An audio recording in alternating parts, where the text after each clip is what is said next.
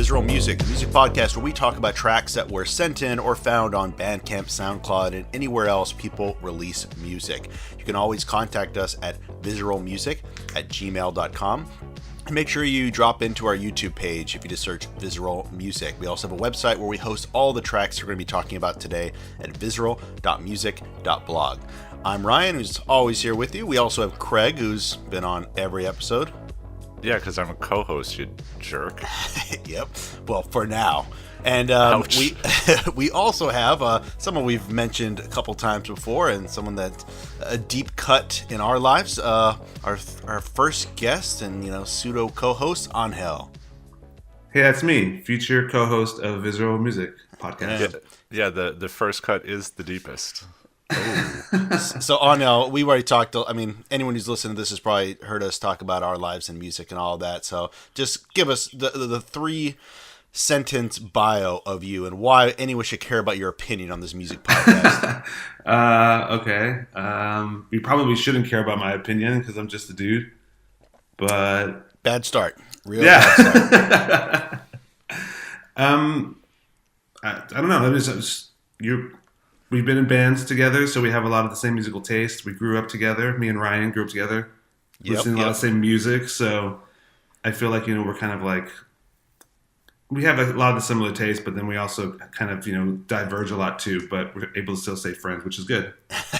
That is true. Yeah. So Angel and I, we grew up together. I think we probably met in like second grade over a love of Star Wars cards or something like that. And it's basically our conversations have revolved around the same stuff since we were in second grade, either comic books or video games. Eventually music came into the equation. And actually Angel also knows Craig via the fact that I went to school with Craig in university. We were in a band that Angel was also in. So they all met at that point. And then Craig ended up moving to San Diego where Angel was, and they had their own adventures along the way. So we all have a lot of stories to tell that all intertwine with each other's.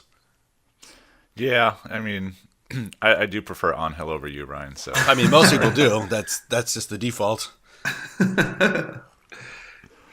So how is everything going on, Craig, with the little kid? I know that we had to wait a few minutes for you to deal with an infant. So how are things going now that you got a little kid running around?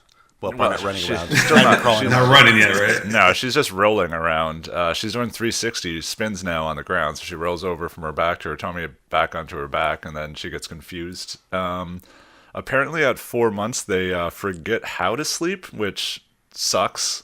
So we're hoping in the next couple of weeks she remembers that when she's super tired, she should close her eyes and not scream like a banshee. That's some wise ideas. How about her musical taste? Have they developed at all? I know she had very high class, I need classical music, kind of la-ti-da snobbery. So has she improved at any point? Yeah, I think I'm starting to put more playlists on our old Sonos speakers. If you go to www.sonos.com/Vizaural, nothing will happen. You'll probably get a 404 screen. But I've been mixing in some sad bastard music with her, putting in the occasional hardcore band so she can understand that. And then we still sing shitty nursery rhymes to her. And she loves that more than the like Damien Jurado and Elliott Smith and Bodef songs and, those good bands that want to make you cry. She prefers Purple Monkey swinging from a bubblegum tree for lyrics. So I don't understand it. She's not my child.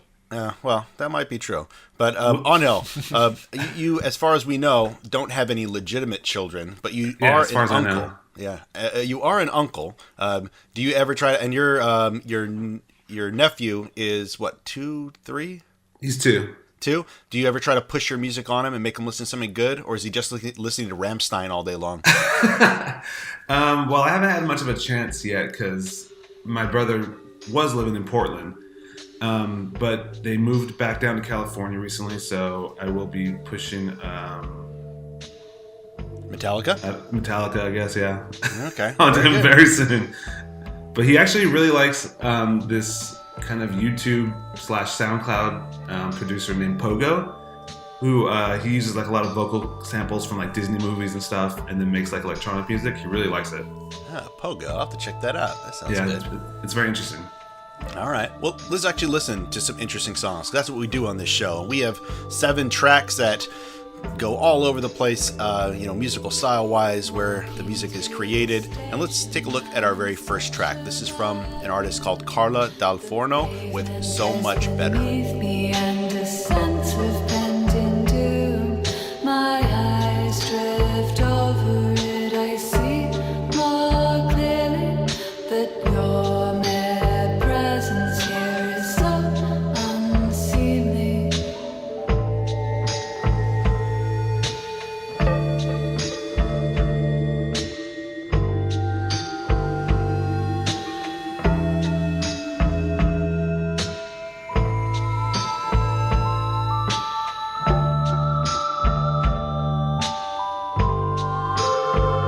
So I know I found this track, so I'll start us off. That it was just like a random find again when we're digging through Bandcamp trying to find some cool stuff. It was a UK act, and I think we've already talked a little bit about these kind of Western singer-songwriters that seem to be really popular right now, and this is not like that. This is a little more in the kind of experimental soundscape stuff, so I wanted to bring this in to complement some of those other songwriters we've used in the past, but I really like this track. That's why I wanted to have it at the very, very top. I think her vocals are really interesting. I like, even when I just was breaking down the lyrics, what I could decipher was kind of interesting stuff that just made me think a little bit more. So how about you, Craig? What do you think?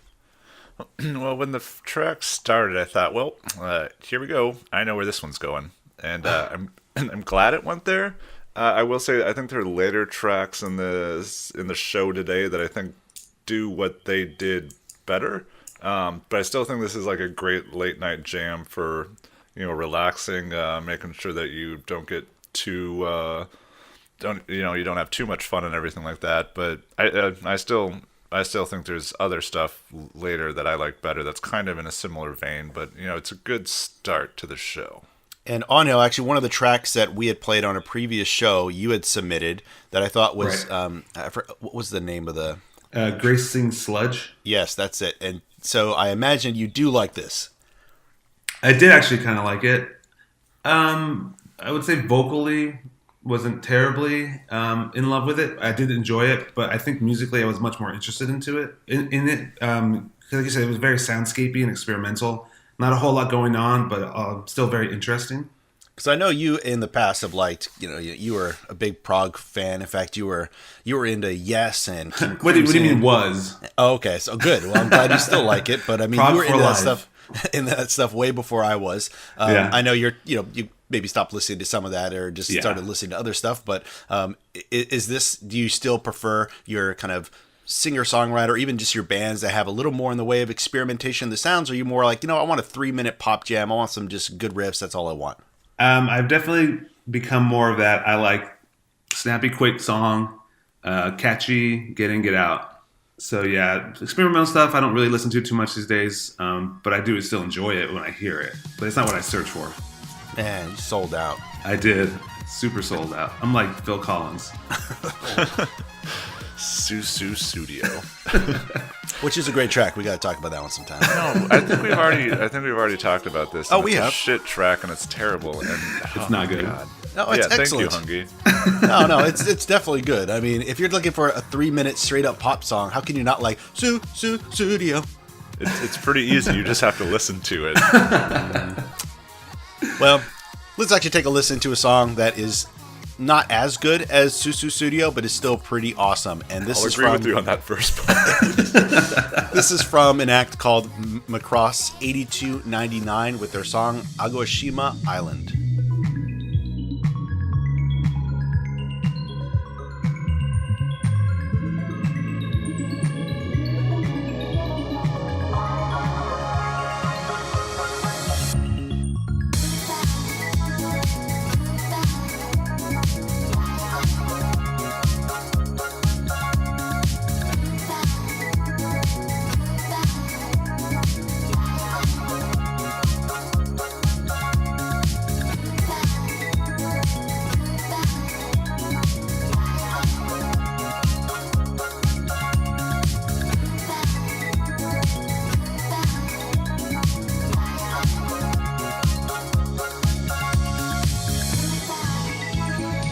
So these last few episodes, I could basically just call these the, Neon City kind of celebration podcast, because ever since I found this label, I've been just in love with every release they do, and they put out a lot of releases. It's at least like one a month, and all of them are just this.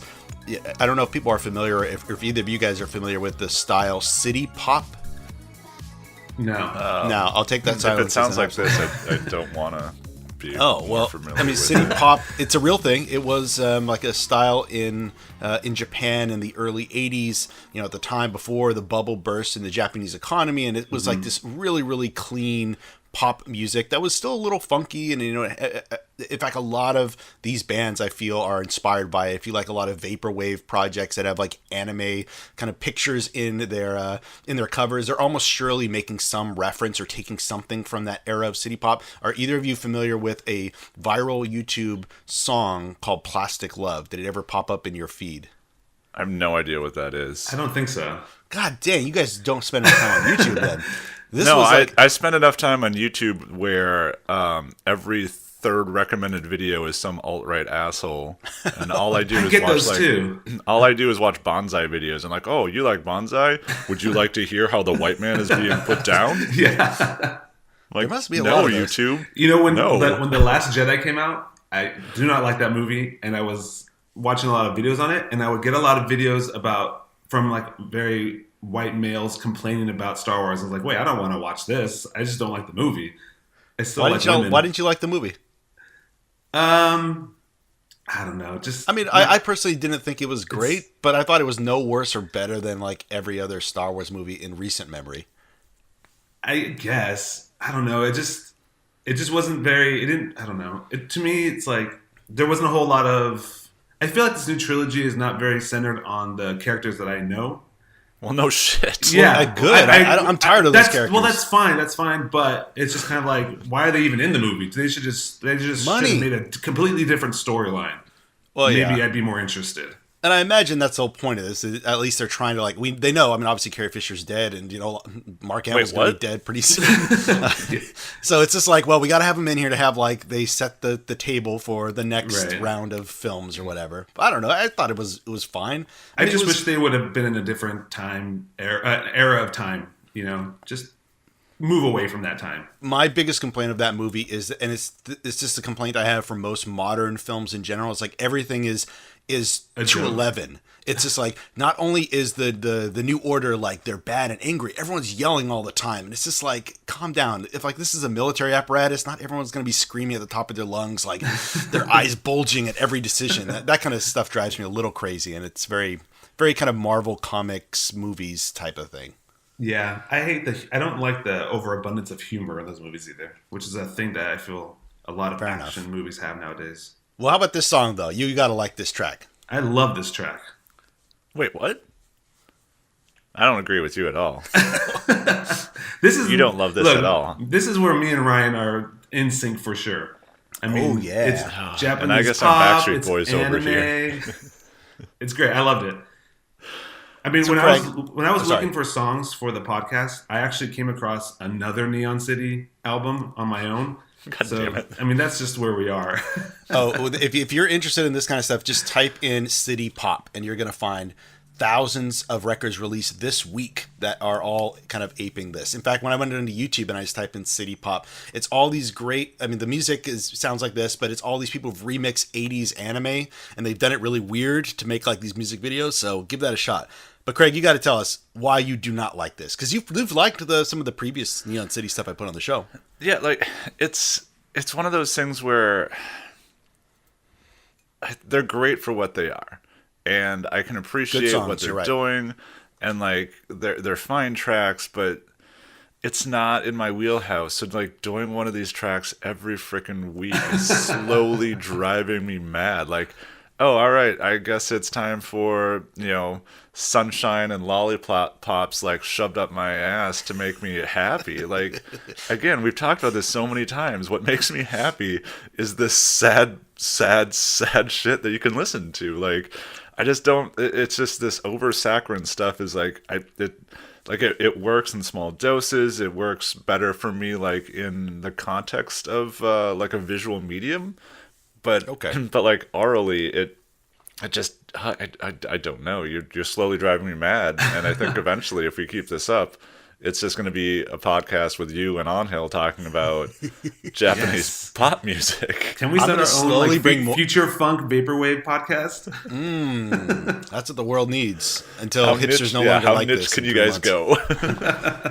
That's very Well, niche. I mean, sure, it is a very fun track, but can you at least respect that what I like about this type of music is, like I said, it surely is taking from a certain era, and the aesthetic is from a certain era, but it also feels a little out of time. It's not like just, hey, here's this stuff, here's a pure replication of something that we liked from the 80s. It's like this. In fact, a lot of the people who make this, I imagine they weren't even alive or no even ways. aware. Or So, like, 90s.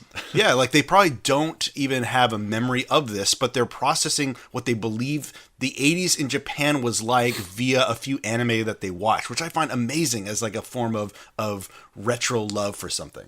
Yeah, it's kind of like that Blade Runner type of deal where like it's super futuristic, but at the same time is still grounded in like just old technology type of deal. You know what I'm trying to come across? Like, so I like aesthetically, I understand what they're getting at, and like it's good, and I can't complain. Like there's actual shit that you sometimes throw on this show that I can't stand. Like I understand why people like this, and I would like it in a specific scenario, but man, like every week, buddy, stop. Oh, more is coming.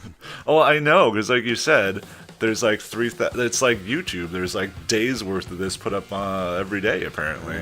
All right. Well, I'll see for my next set if I can spice this up a little bit. If I You- last that long. Well, just to also add in, you say that they really commit to this aesthetic, Ryan. Yeah. One of these artists that makes this kind of vaporwave future funk kind of music, one of their physical releases is on a mini disc, which I found hilarious. Oh my god.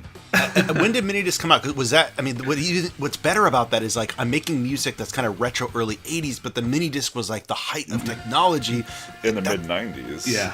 Okay, was it not even available like in the late '80s? Maybe in No. Japan, if you were like a No, high- I mean No. they had like the digital audio tapes, like DATs and stuff like that. But yeah, mini discs were 90s. mid 90s, and lasted for about 3.5 minutes. I actually had one. Yeah, I actually have. I have Brett's right now. Yeah. so. Brett was an old friend of ours that used to record our shows. Didn't we make a bunch of bootlegs with his mini disc player? Yes, we did. Speaking of bootlegs, let's take a look at our next track, a band that I'm sure has bought some bootlegs in their past. This is a Glasgow band called Kabobo with their song Tesla F.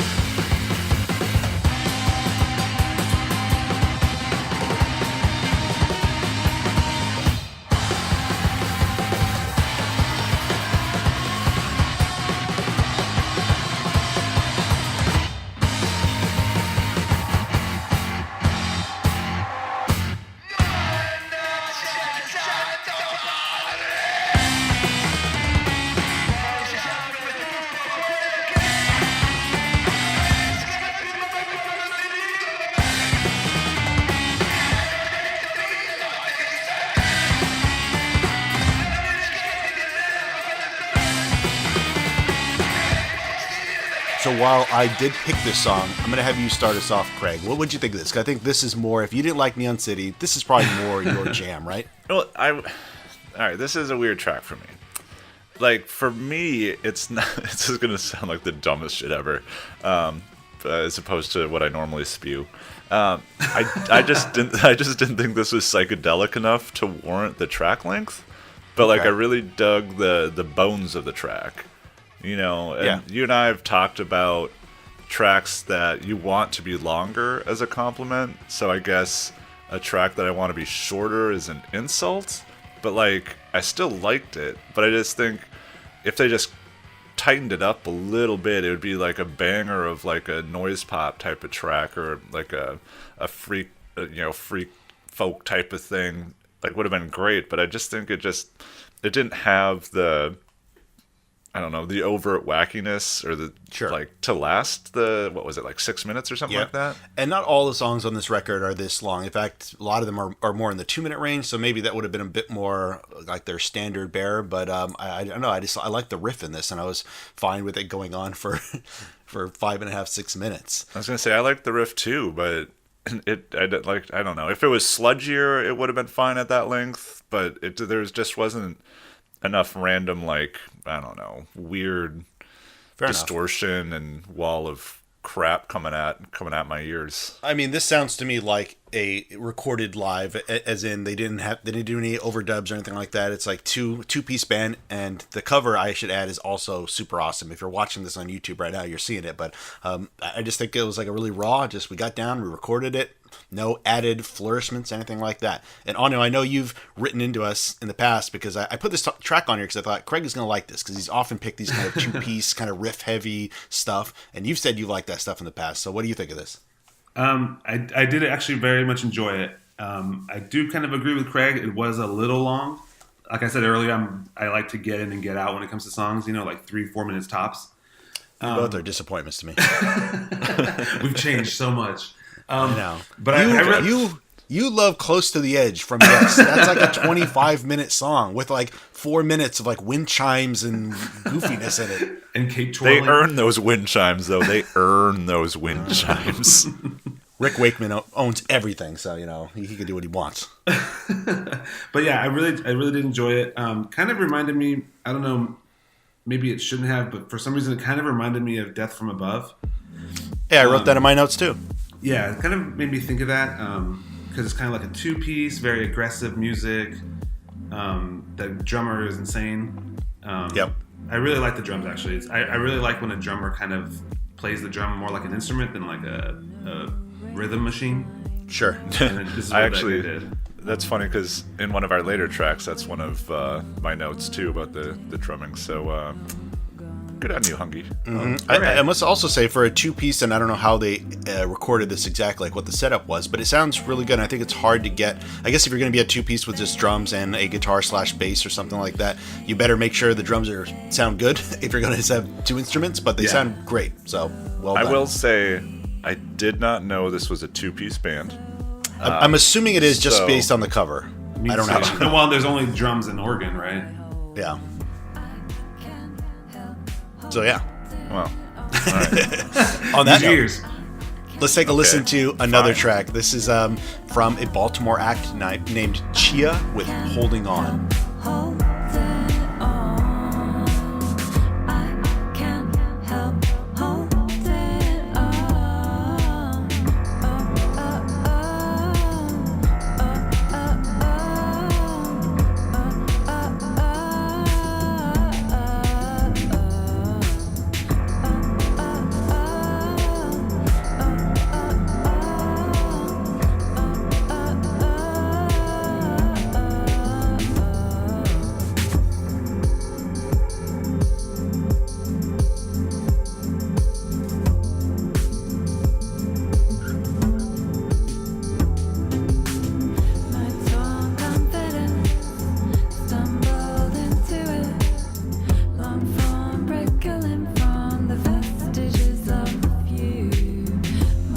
This is my last find for the week. So if you're going to dump on me, Craig, this is going to be your opportunity. So I'm going to start with you again. I thought, Craig, probably not going to like this, but I liked it. I really dug the kind of dark pop stylings. It reminded me, I've been listening to Everything But the Girl because they just had a reissue came out, Pitchfork reviewed it. I thought, I haven't heard that band in a long time. Let me go listen to some of their back catalog. And I've been digging on that, and this reminds me of a lot of those things. I also saw the movie Widow. Did you guys see that this year? Is that the Gabriel Union movie? Yeah. I didn't see it. Oh, it was pretty good, but it also had some, at least I'm remembering, and maybe I'm remembering it wrong, but they had like some music going on in it that sounds kind of like this. So it just a lot of things coalesced around each other and said, you should put the show on, or you should put the song on the show. So what do you think, Craig? Well, I'm going to disappoint you again because I really like this. See, you always come in saying you're going to hate the songs I bring, and then I always bring you awesome magic like Neon City. Like this, no, this isn't anything like Neon City. No. This had like for me major like Massive Attack and Portishead vibes. Yep.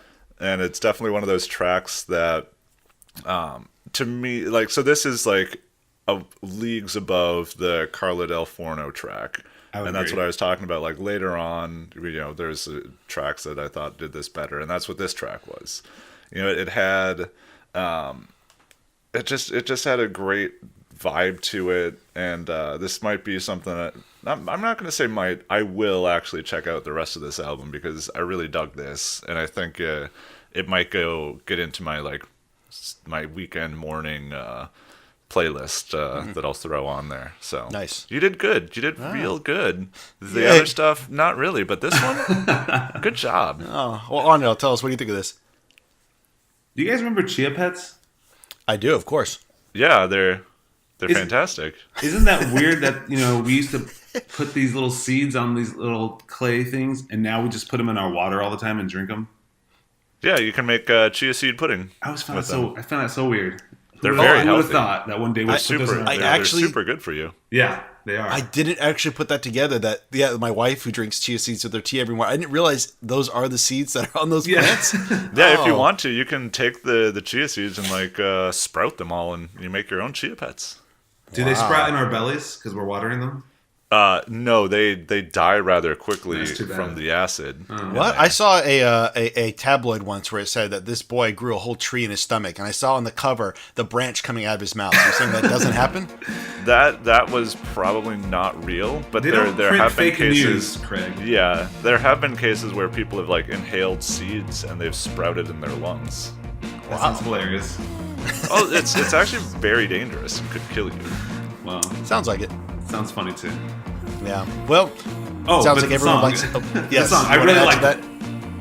Very good. I thought out of all of your submissions, this was my favorite one for sure. Really? Oh yeah. Interesting. Yeah. That's definitely true. Angel and I, we're on the same page. We hung out the other week. We know what we're doing. We're in sync right now. Oh, okay. No, I thought I was the Backstreet Boys. Oh. Who's 98 Degrees? What was that? 98 Degrees? That's Steve. That is Steve. Because he is hot.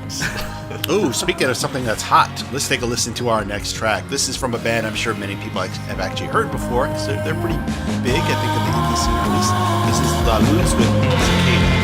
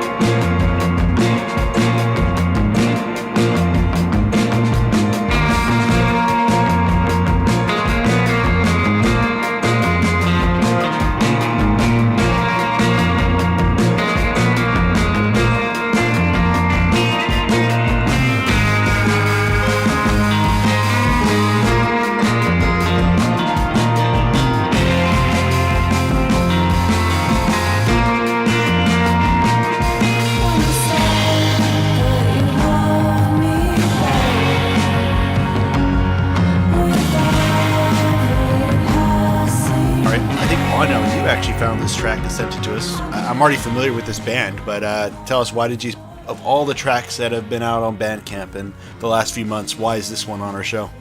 So, the lead guitarist slash vocalist of this band, I think, has a solo album on Bandcamp. That's actually what I came across first.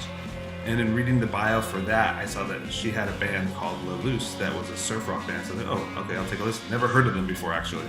Really? No, yeah. Somehow I missed this band because this is definitely my wheelhouse. But somehow I have not heard of this band until this last week. I think they've had, stuff on Burger Records. They've done a number of different tours. I saw them pop up on a lot of blogs a couple years ago, and they were putting out some cassettes and 7-inches. So I don't know if this. I could say just based on this song, I didn't hear the whole record, but just based on this one song, I thought, wow, they've really stepped up their game, because they did a lot more just kind of lo-fi garage rock. It was really good before, but this sounds super polished. And in fact, since our last show, Dick Dale, who was kind of the inventor of surf rock guitar, everyone's heard his his tracks in Quentin Tarantino movies and on the radio and all that. But they actually sound a bit like they were taking some of his stylings in this. Like that kind of lead guitar part was sounding really, really awesome and polished. So I thought this was an awesome track. Yeah.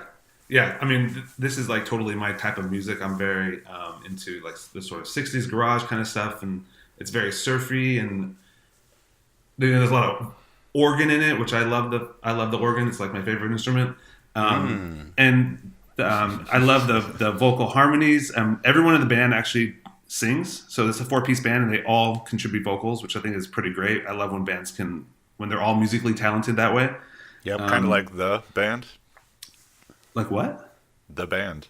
Oh, yeah, I guess. Yes. They're all very talented musicians, and they all sing. Yeah. Wasn't that a cover band for Bob Dylan or something?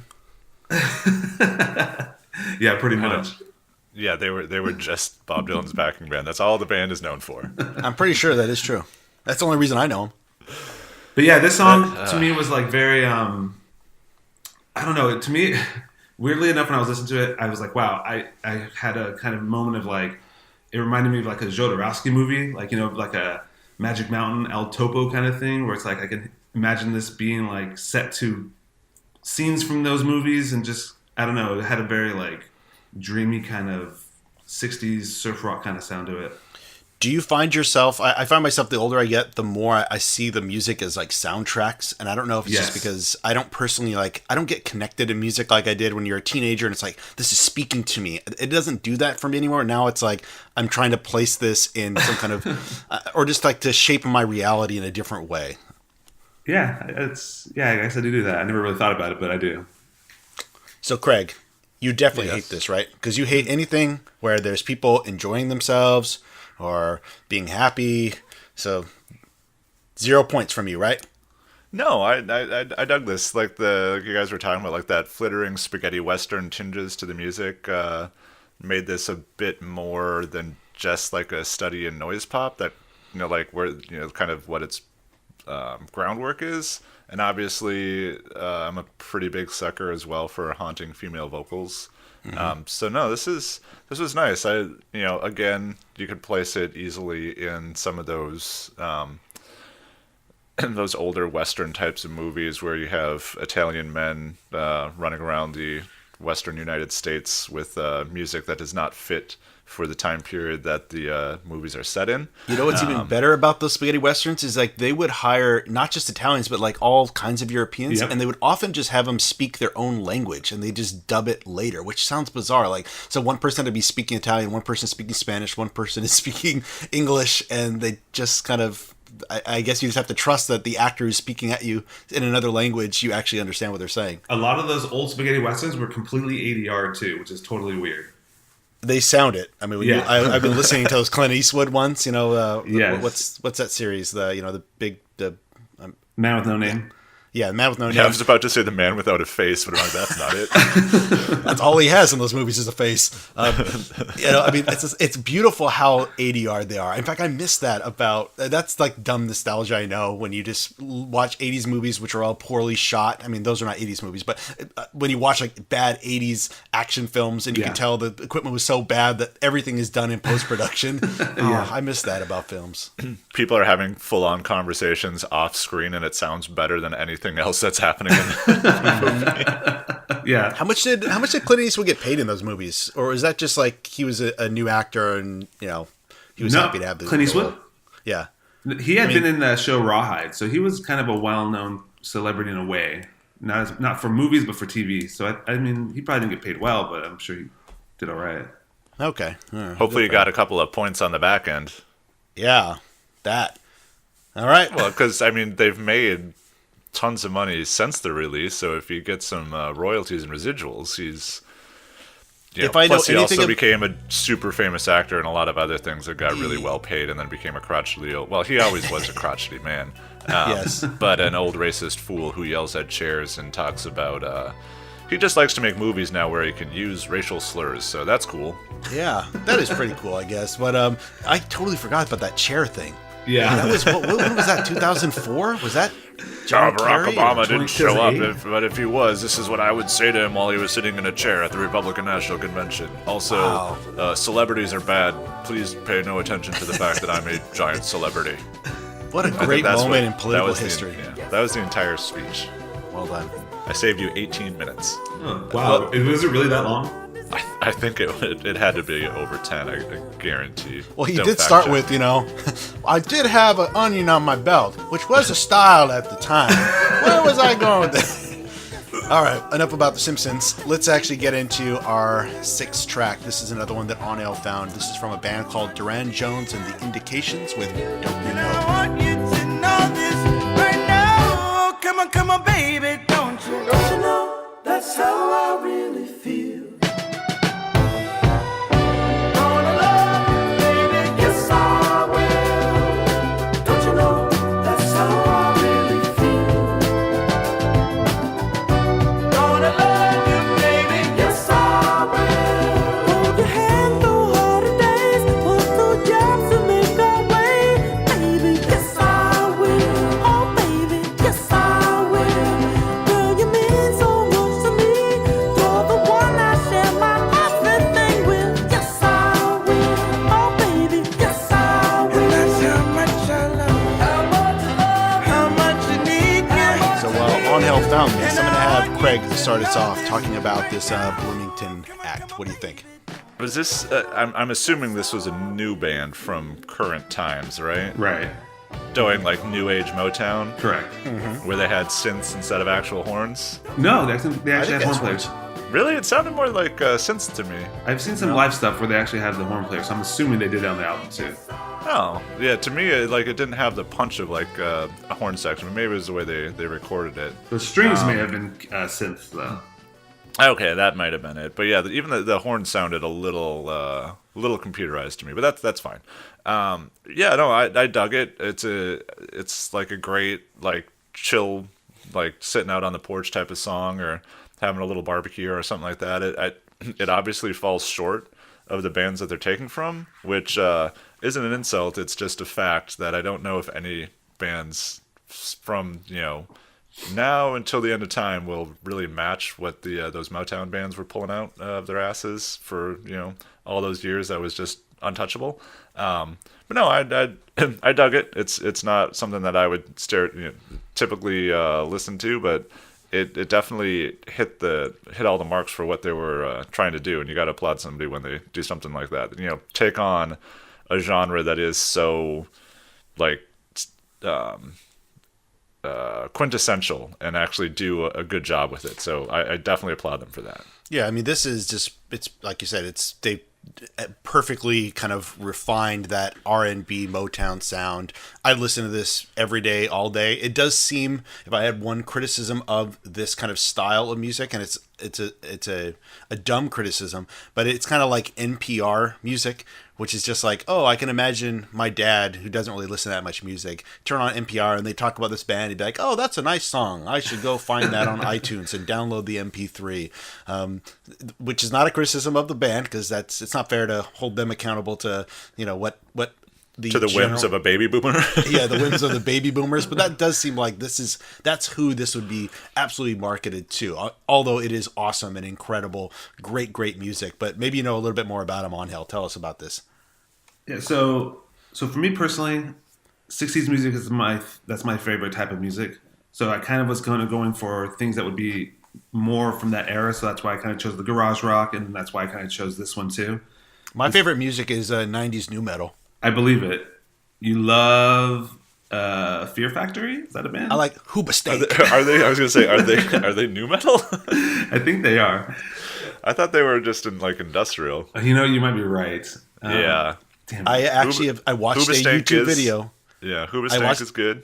Yeah, I watched a YouTube video the other day, and it was Limp actually Bizkit. someone I knew this was going to happen. Stained. Eventually, we were going to get to the point where Korn Is it really? Are we getting TOD? new metal? is who? there's definitely new metal, but I think we're getting to a point where there's people who are younger than us. So like new metal was something that they had heard when they were like in middle school and we were in high school, and now they're having some nostalgia for it. So we're getting to that moment where we will, like with 80s culture, we're going to have a revival. of 90s new metal. I was gonna say there's definitely been like a revival, like a lot of like 90s sports fashion, with like, you know, those glossy like Letterman style jackets and shit like that are kind of coming back, like, which isn't bad. I mean that. Oh, it's bad.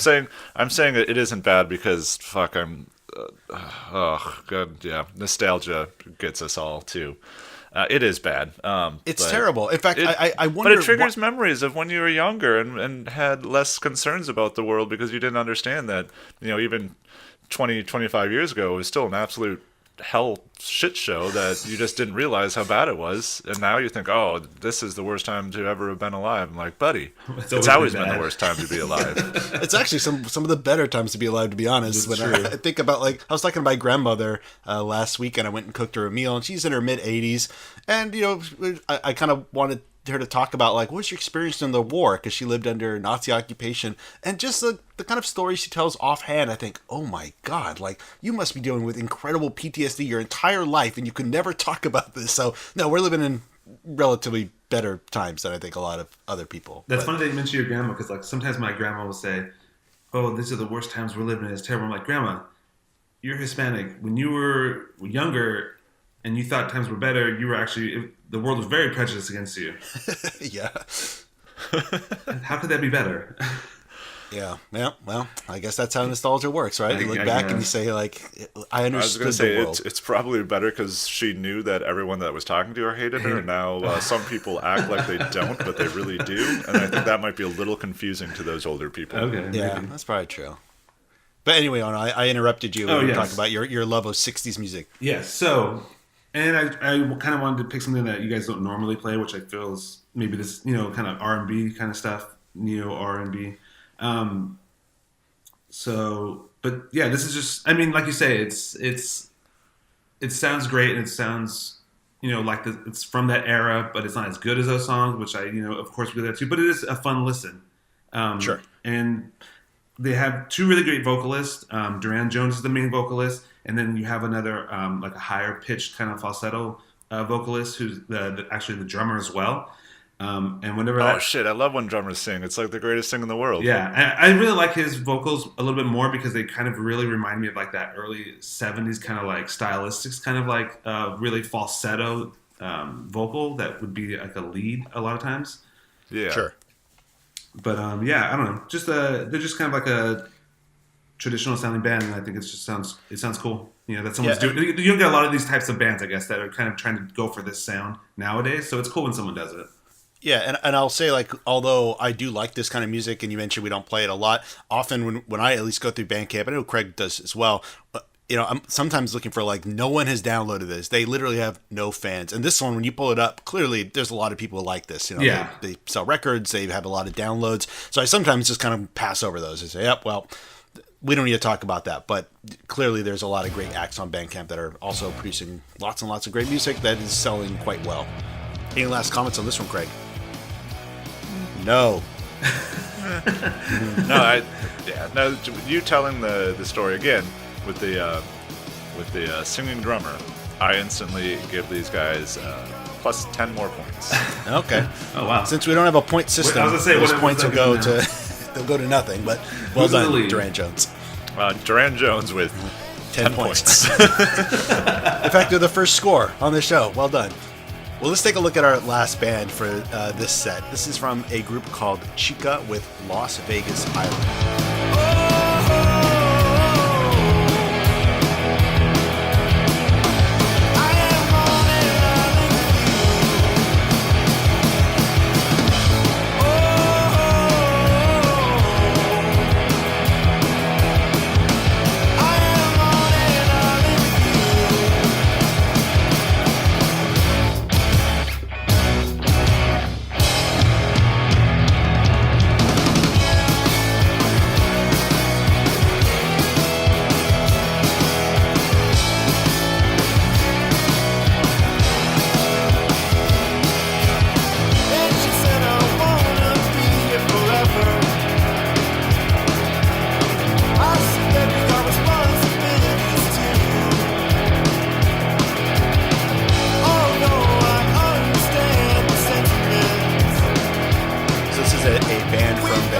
I assume it's Vancouver, Canada, and not Vancouver, Washington, but I guess it doesn't really matter because it doesn't sound like either of those places, in my opinion. It sounds like a Burger Records track. It sounds like someone who'd be playing in Long Beach or Orange County, making some nice, fun pop jams. I actually almost got a little Morrissey vibe with the vocals sometimes, like he was trying to hit those higher falsetto kind of pieces. I'm not sure why that popped into my mind, but although Craig picked this, Anil, tell us, what do you think?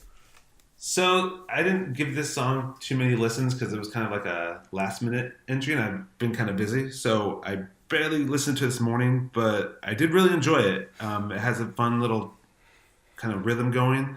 Like you said, very Burger Records kind of sound. Which is not a slam. I love Burger Records. Yeah, it just has like a West Coast kind of Bay Area sound to it. You know? Yeah, Ryan mentions Burger Records about 10 times every show, so it's definitely not an insult. This is like the Burger Records Neon City podcast. Oh, sweet. Do you think we get sponsorship from both of those? That'd be amazing. Probably. Actually, I'd love if they sent me their stuff for quote-unquote review purposes. What else would they send Along it with for? T-shirts and totes? I mean, exactly. I'll review those T-shirts or vinyl records or whatever. So tapes. I will record only in their shirts. yes, I would. I'd totally do that. Well, when you make the Burger the Records, videos, get in touch. Yeah, when you make the videos, you can wear the shirt. There you go. That's true. I don't actually own a Burger Records shirt, so I don't believe that. I have a button. Close. I believe That's the best that. I can Close do. enough. I have a Summer Twins T-shirt. That's a Burger Records band. It is a Burger Records band, yeah. Yeah. Anyway, sorry. What were you saying? But yeah, I really enjoyed it. The vocals I didn't get the Morrissey thing, but I thought they were really good too. Just a fun song. I liked it. It was fun. All right. I know Craig loves Morrissey. He really loves his politics. So tell me, Craig, what did you think of this track? Why'd you pick it? Well, I'd like to set the record straight. I do not like Morrissey's Isn't he a vegan? portrayal of his portrayal of a vegan person because he's a shithead and a piece of shit at the same time. But Do you like anyone? I like you. Okay, I'll take it. Oh. Yeah, Morrissey is kind of an asshole. Yeah, that's pretty much his. But the older he gets, the worse it somehow becomes. Like every time he opens its mouth, it's like, how did you just say something worse than you said a month ago? Like, what the fuck, dude? yeah, I don't know how he does that either. I guess it's just he doesn't care and he has enough money from royalties. Like, I'm just going to say whatever I want. But you think, ooh, you probably want to keep that to yourself, buddy. Don't say that. Yeah, it's like, oh, you're saying you're screaming the quiet part, and And he still gets big shows and things. It's not like he's been run out of town of acceptable music, well, that's because community. people still will listen to him. There's a lot of people that do a good job of removing the artist from the music, and I don't necessarily. Hey, you got to agree do with that. To That's some extent. me. And I'm Hispanic, so I have to listen to him. That's true. It's a law if It you is a are law. Mexican. Although I can tell you, I think it's only a certain part of Mexico because I showed Morrissey to my wife who is from Mexico. She had no idea who he was. And I was like, how's that possible? He's like the singer. Like 98.3, which is the radio station that we had where we grew up, which was broadcast from Mexicali in Mexico. It's like, I think they always started, their bumper music was a Smith song or a Morrissey track, if I remember right. It was ubiquitous. So I don't know how you can do it. Yeah. Anyway, back to Chica. No, like you guys were saying, it's definitely one of those tracks that the more you listen to it, the more I liked it. Great power pop, sunshiny vibe, like you were saying. They're from Vancouver, so I don't know how they get that feel from it. Maybe they just put, like on Netflix, how you can put a fire log, a Yule log on the old TV. Maybe Netflix has like a sun that you can just put on there, and that's how they get sunshine in Vancouver. That joke really sucked. How can you tell? Because there was no reaction, and as I was saying it, I'm like, I didn't know if it was a joke. I was like, Me either. Is that actually something you should do? I don't know. actually, that's not a bad idea. Let's live in make California, a so I don't have to worry about 10-hour that. film that just follows the sun across the sky and put it up on Netflix. The sad part is we probably would make a good amount of money. Yep. It's like people make the apps that like, have you heard about the guy who made an app that just says bro or dude? And he made it like millions of dollars. That's all it does. I can't believe that was a paid. America. That was a paid app. You had to pay for it. I know, yeah. God, idiocracy is real. For Anyway, sure. And yeah, this is the track that I was talking about earlier, where the drumming really stood out to me, and that they kind of approached the drumming more as an instrument that rather than like something there just to kind of keep a boring 4/4 time signature. Like every once in a while they get like on those hi-hat rolls and then snap off some snare fills, and it was really fun. I liked it. Yeah, so I guess I should point of order that I know one of the members of the band. I was gonna say, interesting. you said it was a submission, but I didn't see anything in the mailbox. So I was like, they must have just talked to Craig personally, and that must Yeah, be they did. So I mean, technically, it was a submission from a band. But I'm glad that you guys liked the track. So we're still batting like 1,000 by user submission tracks, which That's pretty good. Still blows my mind. Like I need somebody out there whose band sucks and you know it. Just If only send us someone by the name of track. Steve Nunez would submit a track by a band called the Drunken Draculas, then we could finally talk about some great music. Yeah, finally a terrible band on this podcast. Oh, all right. Well, on the show, we always end with our best in shows, the track that we thought was the best out of this set. So, Craig, let's start with you. What would you say is the best in show of these 7 tracks? Well, it's kind of funny because like there's a Chiia and there's a Chica, and I really like both of those the most. And so I'm going to combine the two and I really enjoyed Chiia. I thought you were just going to say Chica, because that would be the easier combination of those two names. Yeah, I added an extra ka. It should have just been Chiia. Fair enough. Oh no, So which is the best just in go show back here? and go back and delete what I said earlier, but keep the laughter in, so it'll just be a dead air, and then you two laughing for no reason, and then me saying Chiia. That's good entertainment right there. I'm sure Ryan will spend hours editing this podcast later. Oh yeah, for sure. Oh, we have a producer. The producer, do that, please. Yeah, brought to you by Taco Bell. In the Anil, booth. which one is the best? My favorite would be Chiia as well. I really like that one. It was great. Really interesting. loved it. Wow, I really thought Ryan that is would be gonna a get track you such guys a- did not like. Yeah, I mean, it It's had such a me big from head that. we liked his music. Yeah, sorry. That's why That's what's I going to try happen. never to choose one of his songs because he goes straight to his head. I'm pretty sure like most of the best in show have been my tracks, which just shows that I have better taste than everyone else. But you know what? I could do a slam dunk and just pick Chiia as like the best in show, just to be like, bam, 3 Yeah, people, I'm yeah. right, you're wrong. But I'm actually gonna go with La Luz. I know they're a bigger band and they don't need up my best in show tag, but that was just a great song and I didn't see it coming until it was in our mailbox. So good on them. All right, Yeah, I like to think of the Vizaural bump, kind of like the Pitchfork bump Yeah. back in the early 2000s, where if they gave a good review to anything, it suddenly became the biggest band on the indie Well, planet. I'm sure when they repress the album, they're going to add a little sticker that says, Ryan Sonneville of Vizaural Music. It doesn't suck. approves. Pick of the week, episode 14, Vizaural music. Yeah. a total of 40 people heard that podcast. Amazing. All right. Well, Hey, that any could be final 40 people that's never heard of the Lose before. Hey, it could be like they say with, the Sex Pistols. Only 100 people saw the band, but every one of them made a band, and some of them were awesome. So I don't They know said how that about relates to the this Sex Pistols? podcast. I thought they said that about Velvet Underground. Whatever. They probably say about every little band. All right. Yeah, the any little final band called the Velvet Underground. Well, at the time, little. any final pluggables, gentlemen, before we wrap this one up? As you hear right now, the bumper music playing. I just want to say, All right. I love you. Very good. All right. Until next time, folks. Peace. Bye.